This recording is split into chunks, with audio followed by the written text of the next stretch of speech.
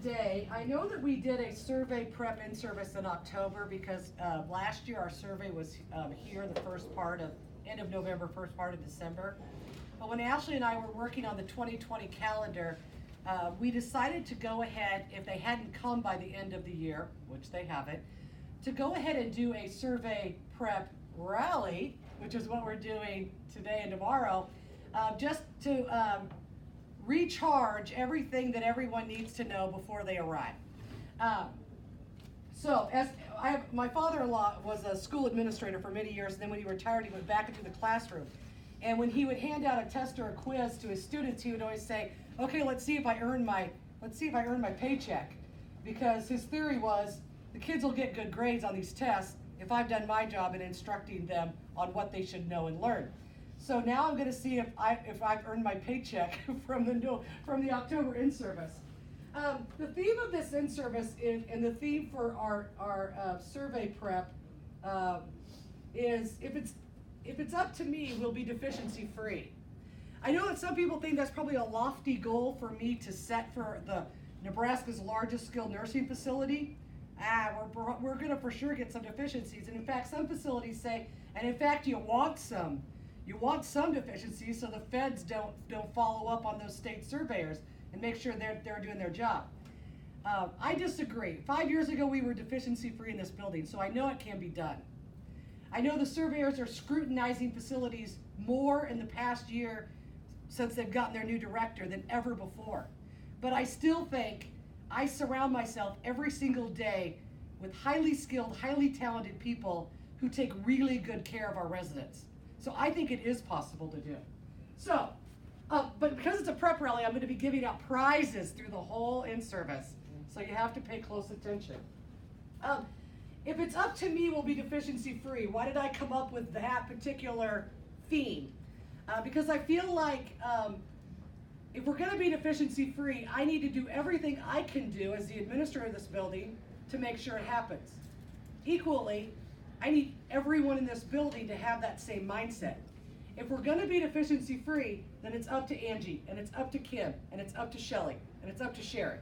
It's up to every single person in this building to help that process be successful. So, first prize. Please stand up if you have your name tag on. Oh my gosh!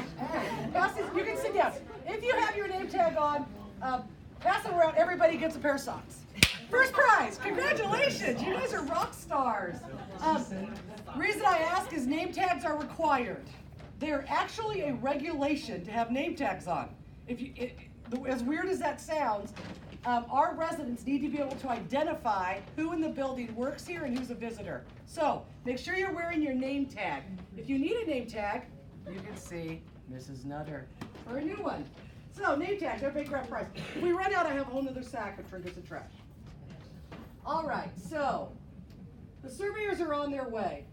I don't know if you guys saw that movie, Jerry Maguire. It's an old movie. But there's a scene where Jerry Maguire is in with Rod Tidwell in the bathroom, and they're trying to work out a contract, and Jerry keeps saying to him, "Help me help you. Help me help you, Rod." And of course Rod breaks into laughter, and I was going to show the clip, but he's naked in part of it, so I decided not. But anyway, the whole premise of that was, help me help you. So, today I want to talk about, we expect the surveyors here by the end of this month. If I was a betting man, I'm going to say they're going to be here by the end of this month. We know that because we watch where they go. And we know where they've been, so we're tracking them, we're GPSing them. We think they're going to be here by the end of this month. Do you have your stalker's license? Yeah, exactly. No, those are those drones that have been flying over, that's me. So we think they're going to be here at the end of this month. So if they show up, let's just say on January 27th, that's in 3 weeks, a little less than that. What concerns you with the day of their arrival? What concerns do you have with day one that they have arrived? Who has never been through a state survey? Okay. So just the unknown probably is number one a concern. And what should also be a concern if you've never been through it here with me is the fact that I put on about 17,000 miles while in this building just to release energy. Anyway, what concerns would you have if they showed up today and started asking you questions? Paula. Well, the thing I'm concerned with is if they ask me, do I see anything that I would consider unsafe, I'd have to say yes. Okay. Because what I'm seeing, and it's happening on stations 1, 2, and 3, that people will be putting trays on the half walls, not on the tables, and we're constantly asking them not to because someone's gonna bump those trays, they're gonna have glass falling down, and it's also unbecoming, it's a wall, not a table. Good, you win a prize. Here's a pair of mittens. Thanks, thanks for that. That's a good example. We're gonna talk about that in a little bit, so thank you for being a prelude to that. But unsafe conditions, unsanitary conditions would be something that, if that's a concern of you, what would Paula do? What would Paula do with that concern? What would be the best way to resolve that concern? I know what I have been doing, it hasn't worked. Okay. What would be a good response for her to do? Coach the employees. Coach the employees.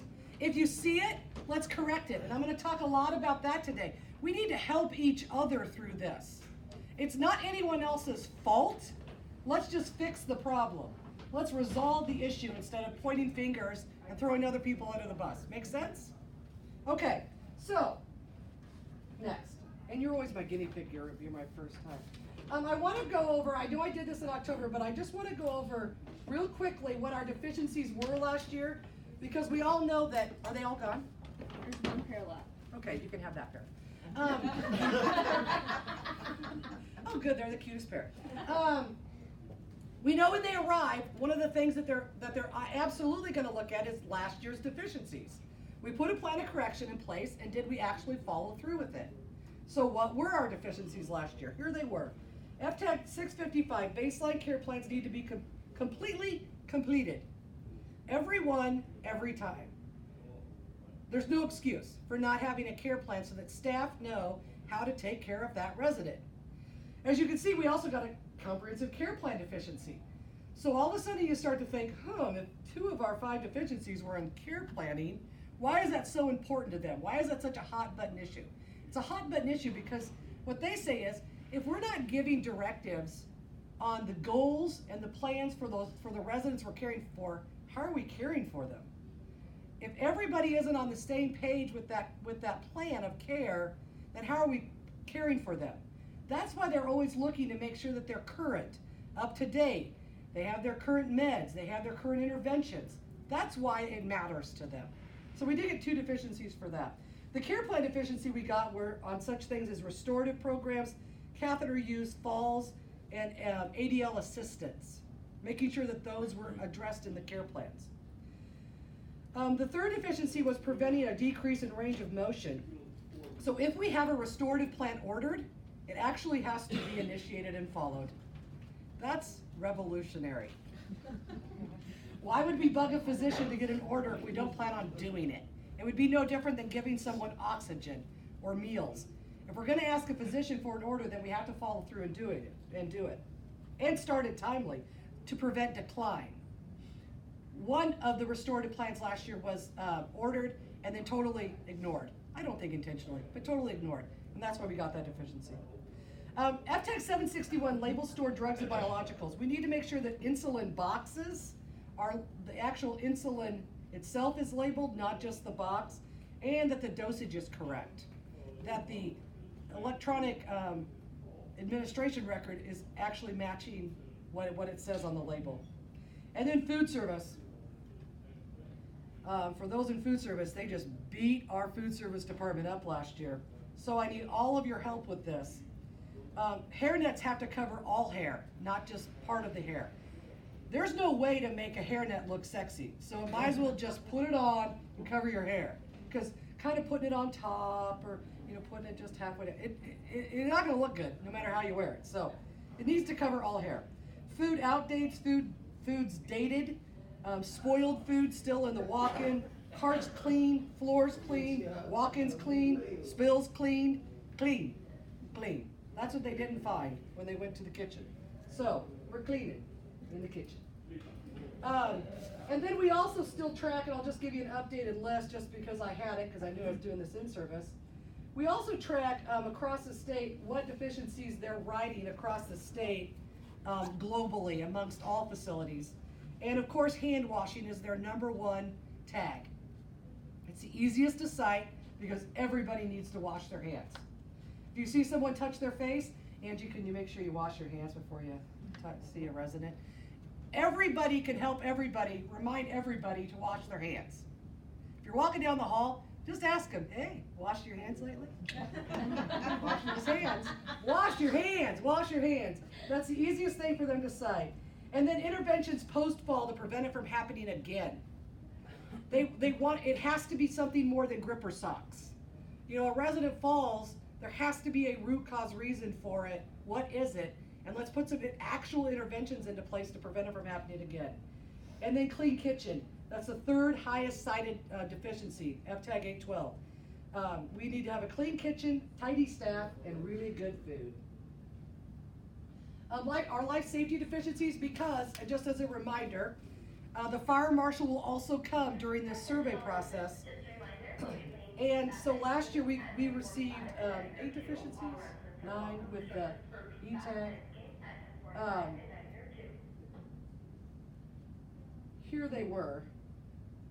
So in reality, this is what needs to happen this year when the every single day.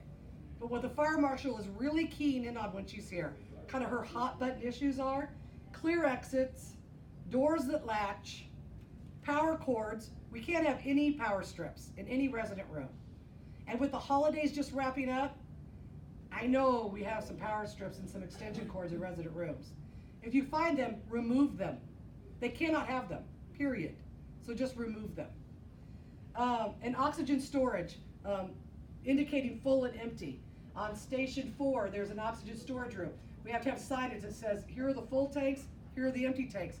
So if an emergency were to happen, our staff wouldn't have to wonder if a tank is full or empty. They could go ahead and treat a resident. And then we also track the top 10 life safety code tags because there's only a few fire marshals that do long-term care facilities in the state. So whatever they're writing everywhere else, they're gonna probably write here. And again, the bolded ones are the ones we've received in the past. So we anticipate those are the things she's gonna look at. A couple new things that I didn't go over with survey prep, or I've never gone over with you. Some people, we do life safety code audits. The entire safety committee gets 4 or 5 audits per month to do. And some of the staff have asked, what are you doing? What are you doing with those pieces of paper, and what are you looking at? And what do you want from us? You know, tell us what you're looking at so that we can make sure that we're doing it too. Some of this might be kind of hard to read in the back, but here's what we're looking at. We want to make sure that exits are easily accessible. Chairs, equipment aren't blocking exits. Ceiling tiles are in place and they're not cracked or soaked with water from the roof. Lights are in working order and our fire extinguishers are tagged. Oxygen storage rooms are locked and doors are not propped open. Nothing is hanging on a sprinkler head. You've seen hangers before or Christmas decorations. We absolutely can't have that. And do you ever go to like these small town taverns and then you look up and you're like, that would never pass in our building. Anyway, happens to me all the time. I don't know how a fire marshal actually ever goes out to eat. But anyway, all the corridor equipment is on the interior side of the halls. Housekeeping and med carts are locked and there's no food or drinks present on the carts. I'm gonna say this one other time, but I will say it now. If you go buy a cart and it has a drink on it, take it off and throw it away. We can't have drinks on carts, okay? Chemicals are not accessible, i.e. they're locked up. They're not on tops of refrigerators. They're not out where someone can drink them. They're locked up. Staff know what to do in case of a fire. Power strips are not present in resident care areas. Door hangers are not present over doors. You can have door hangers as long as the door will still shut and latch. We like to just not have them because the day she's here, that's going to be the day that door doesn't shut and latch. All doors do close and latch. They're not sticking. Oxygen concentrators are not left on when unattended. We're finding that to be a huge trend. So if you're in transportation, if you're in activities, if you are food service, going into resident rooms, delivering trays, and you go in there and an oxygen concentrator is running and there is no resident to be found, please shut it off. It might take 37 days for that room to get oxygen enriched enough to actually start a fire, but it could happen. So you can't have it. Wall decor does not exceed 50% of the wall space. We are aware of a couple of resident rooms where they push the limit on that. And so we try to work with them on that. And then items are not on top of light fixtures. I don't know how anyone would think that would be safe to do. Oh, I don't know what to do with this box of thin plastic gloves. I think I'll throw it up on top of a really hot light. That sounds like a good idea. So we need to make sure that we're not using that as a storage spot. We've also made a change to our fire policy that I just wanted to make you aware of. In the fire extinguisher boxes, we now have these magnets that say stop, this room has been checked. We're gonna start using these for drills and in case we would have an actual fire so that staff aren't duplicating their efforts. Staff is checking a room, it's empty, they stick this magnet on there so the next person behind them doesn't come right behind them, open the door again, more smoke goes into the door, and then we close it again. And we do that 15 times. So we're gonna start using these magnets and just say, okay, this room's been checked, move on to the next room. Make sense? Okay. Just trying to save everybody some steps. Questions about life safety code? It normally takes her pretty much all day when she's here. She will open and shut every single door in this building. She will not miss one. On all 3 floors. The other thing that we look at, because the surveyors will look at it, is our CASPER report. CASPER stands for Certification and Survey Provider Enhanced Reports. It's just our past survey deficiencies. Repeats. For our Department of Health surveys, we've had no repeats. Life safety, we've had 4 of them. And you can see we're practically perfect with corridor doors either being blocked or not shutting. So there you go. We don't want to be perfect in this area. We want to be perfect in a lot of other areas. As I said in October, and it's still true, because we are the largest skilled nursing facility, we will have the maximum sample size that they could get, and that will be 35 residents. We already have a list running of who we think those 35 residents are. So if you're curious about that, see your supervisor or nurse manager. They have been auditing those particular charts in specific to make sure that they are tightened up and looking good. They will observe when they get here the first full dining service. So if they get here at 9:35, that means they're going to lunch. And they're gonna watch lunch on all 5 stations. They're gonna watch room trays.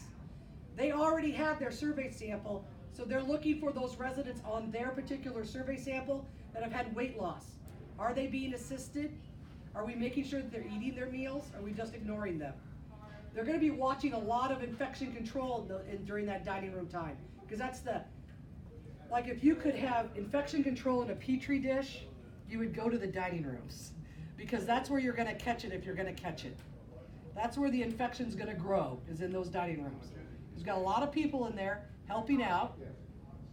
A lot of people have the opportunity to wash their hands or not wash their hands. There's a lot of opportunity for how you handle a plate, how you handle a cup, how you handle silverware, how you just handle all of that that whole process. So we want dining service to go really well.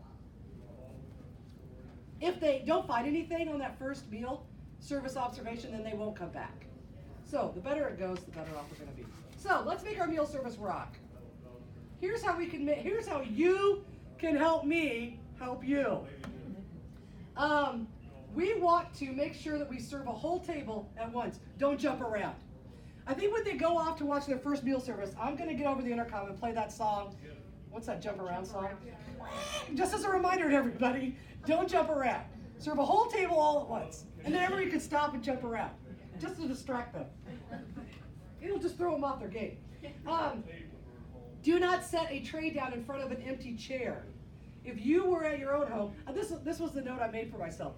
If you were at your own house, you wouldn't sit there while everybody else in your family was eating. Then I realized, I bet a lot of moms sit there while everyone else is eating. So maybe that's not true, but when you get to be old, and you're sitting at a table with a group of friends, you don't like watching all of them eat while you sit there.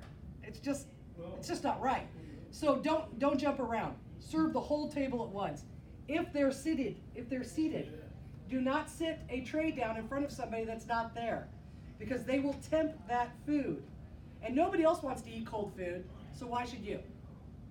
That's why it's a regulation. Cold foods have to be cold, hot foods have to be hot. So don't set a tray down in front of an empty chair. Only handle cups, plates, and bowls on the outer edge. Do not cup a cup. Don't cup a cup. How many of you go to restaurants or fast food and you see the waitress doing that and you're like, oh no, now I can't drink out of that because you just cut my cup. Or even worse, they stick their fingers down inside of it to pull it out. Oh, I mean, I don't know where your hands have been, but unless you're at Lancaster Rehabilitation Center where we wash our hands every 3 seconds, I don't want to drink out of that cup now. Nobody else does either. Don't cup a cup. You got to go on the outside edges of all utensils and plates. Wash your hands constantly and start on time, as if everything depended on you. It's your job to make sure that meal service starts on time. And then if you are in food service, anticipate the need for more food and then call early. Don't call when you're out. Call early. You can anticipate that, boy, we didn't think we were going to be running a special on our fried fish, but it's going fast. So call down early. We thought everybody was going to want the pork loin, but guess what? That's not how it worked out. It gives the kitchen time to make sure if they need to prep anything else to get it done, so it can get up there early enough. So prep early. We are going to assign leadership team members to be available during meal service, not because we don't trust that it's going to go smoothly, but on occasion we've had leadership team members out in the dining rooms when things go awry, or it just seems like mealtime's starting like weirdly late. Leadership team members will jump in and help. I just think it's better to have that pre-planned, because it is unusual for people to be staring over you, writing on their laptops every single move you make. And so just to give our staff that additional support, we've assigned leadership team members. The surveyors will say, oh, is Angie always in the dining room? No, just when you're here. You don't probably need to or you also don't need to tell them, no, just when things go bad. She's here every day. No, don't share that either. But we are going to give them their, if things are going smooth, great, bug out. But if things aren't going smoothly, at least they'll be there to help. So, infection control. Help each other, like I said. If you see a coworker touch their face, their hair, their nose, remind them to wash their hands. If you see a coworker leave a resident room, ask them if they've washed their hands. Remind them. Let's all help each other be successful. If we're going to be deficiency-free, it's up to me. You don't have to be in nursing to ask another nurse if they wash their hands. Anybody can ask anybody if they've washed their hands. Then after a while, we'll get so sick of talking about that we'll all just start washing our hands, don't you think? And then thank people for washing their hands. Thank you. That's all you did there. You sang 2 happy birthdays. I appreciate it. Who doesn't need a little positive affirmation every once in a while? So wash your hands. Medications administration and storage. Generally always seems like they find one person to observe and then they watch them the entire time, but they are required to observe medications by different routes, units, and shifts, and they have to observe 25-minute administration opportunities. So that is a given. So, back in the olden days when Oprah Winfrey had a talk show, do you remember when she gave away the cars to everybody? Mm-hmm. You get a car, and you get a car. So I found this, I thought that was funny. It might be a cart, but it's not a drink cart. Until you see a stewardess going down the corridor with some Diet Cokes, that's the only drink cart you're ever going to see. Maybe on occasion, our snack cart that we might just do for fun on occasion, that's a drink cart. Nothing else is a drink cart. No drinks on carts. So unless you've got the drink cart, then don't be putting drinks on carts. Especially you don't want to lose one of your Yetis because you didn't think I would throw it away. But I will. So there you go. Resident council, again, just to remind you, they will meet with our resident council. They can ask them anything they want, but they're required to ask them if they have witnessed abuse or if their call lights are answered timely. So that's why we do call light audits. Observations and cares. I reviewed this in October. I'm not going to spend a lot of time with it, but it is still so important. Help each other out, especially at shift change. The other day I was walking around maybe 2:15ish, pretty close to shift change. Station 4 was just dying. They had it looked like a Christmas tree lit up on A Hall. And then I walked downstairs, and stations 2 and 1 were just hanging out with just, probably between them 15 people.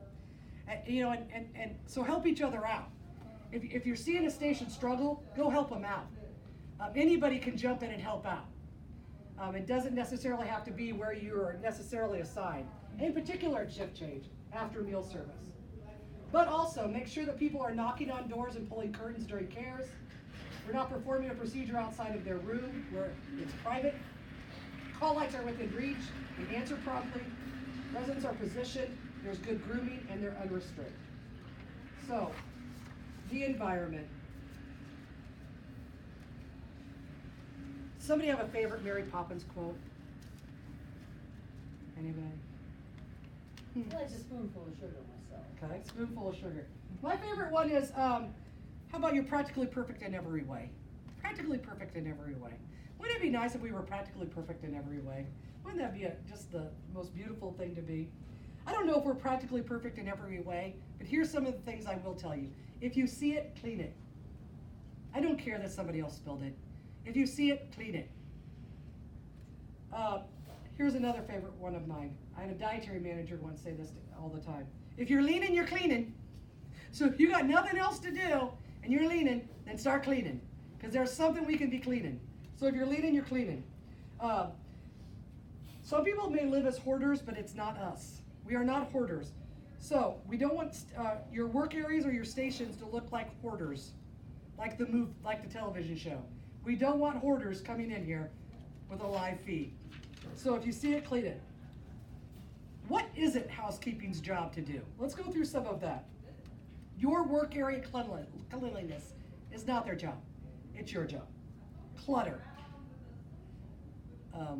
Gloves and trash bags and miscellaneous other things, memorabilia. Handrails are not shelves. They need to be taken off, handrails. Anyone can take them off. Grab them off. Stacking dishes on the dining room ledges. There you go. I had it written down ahead of time. I did not plant Paula here. It's number 1, it's a safety hazard. Number 2, it's an aesthetic hazard. Number 3, laziness. So make sure that we're putting those trays where they need to go. And if there isn't a cart there to put them in, then walk them down to the kitchen. Putting junk on top of refrigerators, they're not storage units. Using the clean utility rooms for your potluck Sundays, and then still having the food there on Monday and Tuesday. It's gross. Clean utility rooms are not our potluck stations. I'm using med rooms or shower rooms for storage. If something needs to be stored, then take it down to storage. Med rooms and shower rooms are not storage rooms. Leaving chemicals where anyone could pick them up and drink them, including on top of refrigerators. Now, what else? What else isn't housekeeping's job to do? Anybody?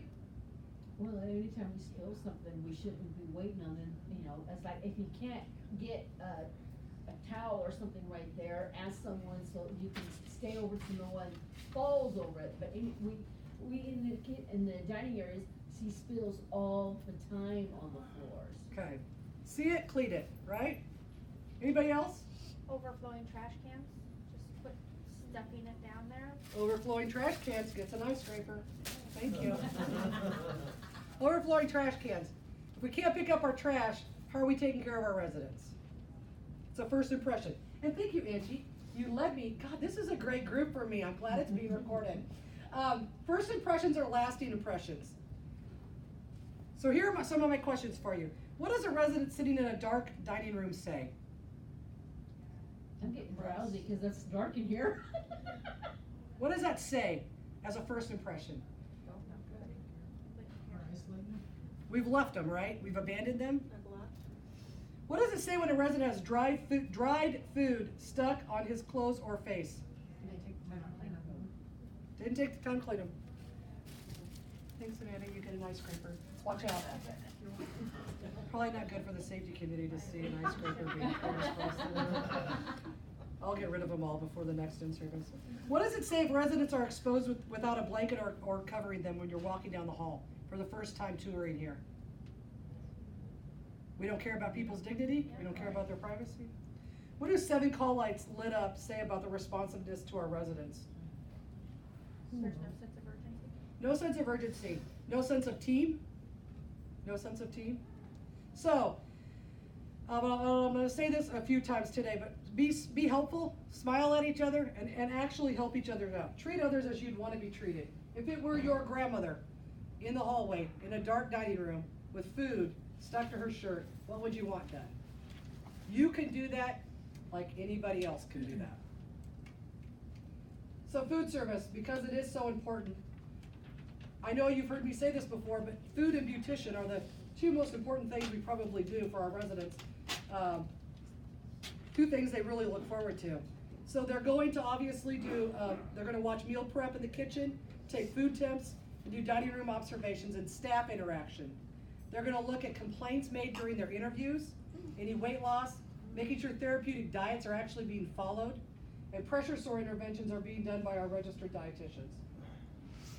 So, when I met with some of the leadership team members about a month ago, I said, same thing I asked you when we started, what concerns you? If they showed up tomorrow, what are you worried about? And Ray Stacks, food service assistant manager, spoke up first and said, labeling the butter. And then it was just dead silent. Everybody's like, okay, Ray, labeling the butter? Yeah, we've got to be labeling the butter. And everything else, we've got to label the butter. And here was her point. A task so easy as labeling the butter doesn't get done. And that particular task drives Ray nuts. So my ask for you today is, write it down, label the butter. But label everything else. So, food service staff and everyone else that works where there is a refrigerator where you're going to put something that belongs to a resident, is going to be consumed by a resident, or otherwise might be placed in front of a resident, it has to be labeled when it's opened with the date that you opened it.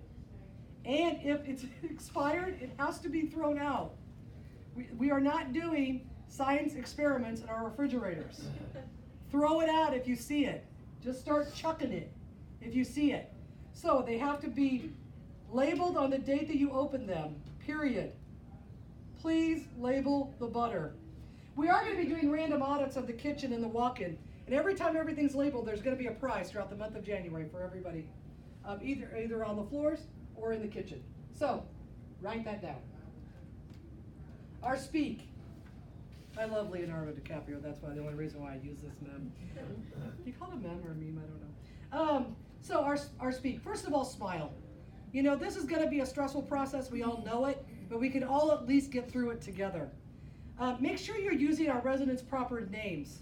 And I'm not kidding you when I say this. Our residents are not Big Daddy, Grandpa, or Sweetie. Some residents find those names offensive. Big Papa, I think, was another one. We cannot also use terms like feeders or bibs. So, what is the correct terminology for the garment that residents wear during meal service? Clothing protectors. Clothing protectors. You win an ice scraper. A clothing protector. They are not a bib. If I am an adult person, please do not put a bib on me. And if someone needs assistance with their meal service, they are not a feeder. They are a human being who needs assistance with their meal service. And the reason I bring up those 2 examples is they're hot button issues with the surveyors that are coming here. The rumor has it is that the surveyors are not only showing up here, but because we're a large facility, they're going to be training 3 or 4 people that want to be surveyors. So we may have quite a large crowd here. And one of their hot button issues, the team that comes here, is listening for staff to say words like feeders and bibs. So if you hear any of that kind of terminology being used, immediately stop what you're doing and correct the person. Those are clothing protectors, and we are providing assistance with their meal to a human being, not a feeder. Make sense? Okay, saying things like, how may I help you? Does anyone know the last 4 words that I always ask someone to also include with that? I have the time. I have the time. You win some earpods. Okay, I have the time. Is there anything else I can do for you? I have the time, right? Is there anything else I can do for you? I have the time. They will physically relax when you ask them that question. And it takes seconds to do that. And then stop and help them. Don't ever walk past a resident that's crying. Don't ever do it. Don't ever walk past a resident that still has food on them. Let's make sure that we take them somewhere where we can get them some assistance. And in the dining room, if a resident is ever in the dining room alone with the lights off, make sure that we're addressing that. Everyone can assist with that. So, they're gonna ask, so you might as well know the answer. All right, let me start with, let me grab some stuff. I don't know, random things. I don't even know what some of these things are. Give me a type of abuse that you would have to report. Physical abuse. Stealing. Verbal abuse. Stealing. Huh? Stealing. Misappropriation. Emotional Emotional abuse. Did I make it? Oh my God. Emotional abuse. Okay. Any other kinds of abuses? We've had physical, verbal, did we say mental? I get it right. Misappropriation is stealing. Sexual abuse. There you go. Oh, I got a scarf to go with gloves. There you go. And I think they even match. And then involuntary seclusion, leaving someone in a dark room who doesn't want to be there. Punishment. Those are the types of abuse. Now let's do some more. Let me grab some other things. What would you do? What would you do in case of a fire? What's the acronym of RACE? Rescue, alarm, confine, and? Thank you. Evacuate. Thank you, thank you, thank you. Now, these are getting harder. Who is on our QA committee? When we met in November, or I met in October, I said, we have a whole list of people on the QA committee. Who's the one they want to hear? Dr. Satar. Here, I'll give you some hair clips. I don't know if you'll use them, but you can give them away to somebody else. Dr. Satar is on our QA committee, along with myself, several other directors. Do you know what PIPs are? Yes. Do you know what PIP stands for? Performance improvement plan. A performance improvement plan. We do these through our QA program as a way to make sure that we're improving processes. They're also going to ask you, what current PIPs do you have running? How would you find that information out? Check with our director in our case. Check with your supervisor. We also have it running on our TV monitors. And I update it every month, what PIPs we're working on. So here's the PIPs we're working on. In case they would come in January, you'll have this in your head. We are working on falls, resident falls, toileting program, room transfers, pass our screens, and nurse orientation checklists. Those are our current PIPs. So if everybody just says, I know we're working on falls, thank you, passed. They're gonna ask you. They're asking other facility staff. They're not asking me, they're asking direct care staff. What are PIPs and what do you do, and what are you working on? For nursing staff, here's the other thing they're going to ask you, because it was a hot button issue last year. Are residents offered and do they receive a substantial evening snack? What's the answer to that question? Yes. Yes, they do. And what is a substantial snack? Sandwich? Good. Oh God, I have a manicure set on. I don't know, you might actually use this, or you can give it to somebody. I mean, guys have to clip their nails, so. Yeah. Okay. All right, good. A sandwich, fruit, but it has to be substantial. It's not crackers, okay? They're gonna ask you, so know the answer. And what we can all do. I always love Stevie Wonder, I'll be on the lookout. Don't take a blind eye to the things that you could, everyday things that you could be more observant of. First of all, residents always have first access on and off elevators. They are more important to us than a cart. I shouldn't have to say that out loud. I had somebody say to me once, if you say it out loud, it sounds silly. It might be silly, but I'm going to tell you, our residents are always going to be more important getting on and off elevators than a cart. Limit overhead paging. There was actually a facility that got a deficiency because of excessive noise, and it was overhead paging. Assist residents to activities and assist with resident-to-resident altercations. I think we do a great job with that, but just as a reminder. And then acknowledge call lights and ask how you can help, and leave the call light on until the issue is resolved. Keep it confidential. What are some confidentiality violations that you've seen? Walking past computer screens like in the hallway that has, might have a resident's name on it with what they're doing with meds or anything. I mean, I've walked past doing surveys and seen that and no one in front of the computer, except it's left on. That's my very first example. Minimize computer screens when they're unattended. Also, don't yell down hallways about someone's medium BM. I don't want to know it. The people down the hallway don't want to know it. Nobody wants to know it. Okay, make sense? Keep it confidential. And what do the surveyors want from us? They want us organized for their arrival and efficient with their requests. We do have a book that I did speak of in October that has all of the information they need immediately upon their arrival that we can pre-populate. Some of it we cannot, but most of it we have ready to go for them. Only Kim makes copies for them, only Kim. So if they need copies of something, it goes through medical records. It doesn't, we just don't start making random copies of anything they ask for. We have to control this process. We are the owners of this process. Don't guess what an answer might be. Don't have word vomit. If you don't know the answer, then direct them to your supervisor or just simply tell them you'll find out and get back to them. This is not a time for word vomit, okay? We can be respectful, but we don't need to be chatty, and we don't need to have word vomit. Not the right time for word vomit. And then be professional. This is a mandatory federally regulated process. They have a job to do.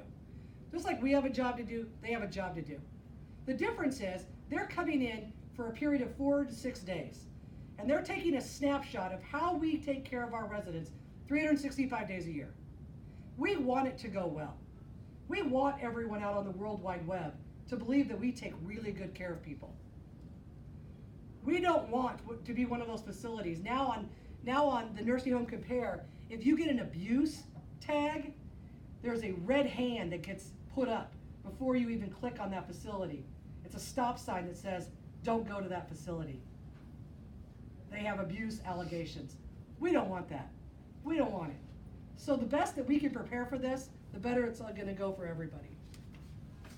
I've always said that every system's perfectly designed to achieve the exact results it gets. We get to determine how this goes. We drive this bus. They don't drive it for us. They're here to do a job, but we're here to do a job. So they can't interrupt the care that we're providing. So the better prepared we all are with it, and the more we support each other, the better off the results are going to be.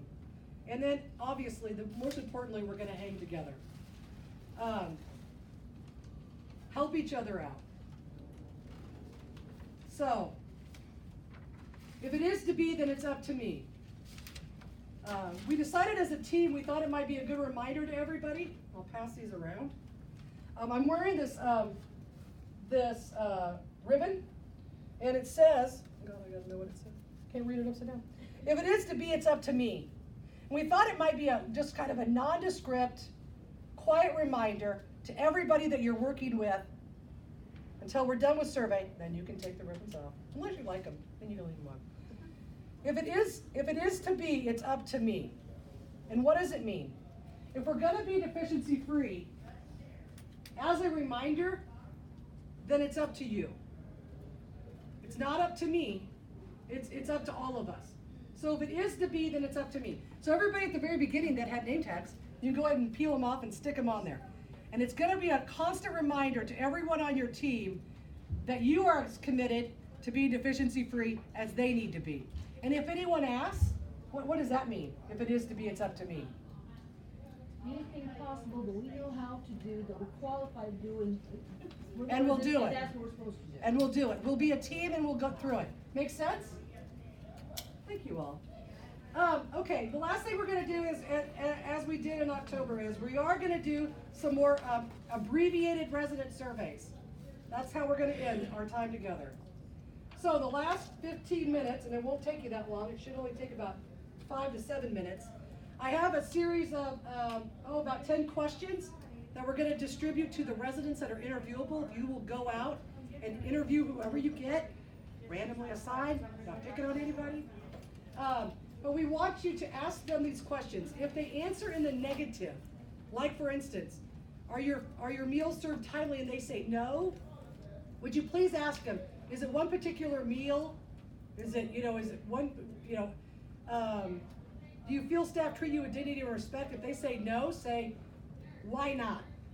We want to get more detailed information, because those are the questions that the surveyors are going to ask. When you're done with your survey, just bring it back here and I'll grab it. It will help us better prepare for the survey. And I will end by saying, because we'll be done, when you get back here, you're done. Thank you for everything you do every single day of the year. We're starting 2020 off, and it's always a good time to reflect on all of our accomplishments. And we have many. And our regulatory compliance is one of those accomplishments. We always have had really good compliance with our surveys. And that's, again, not because of me, it's because of all of you. And we have, as I said at the very beginning, a spectacular team that I feel privileged to get to work with every day. I want everyone else to see that same team in operation. So, thank you all very much for what you do all throughout the year. Questions? You feel ready? Okay, let's ask some residents these questions. If you need a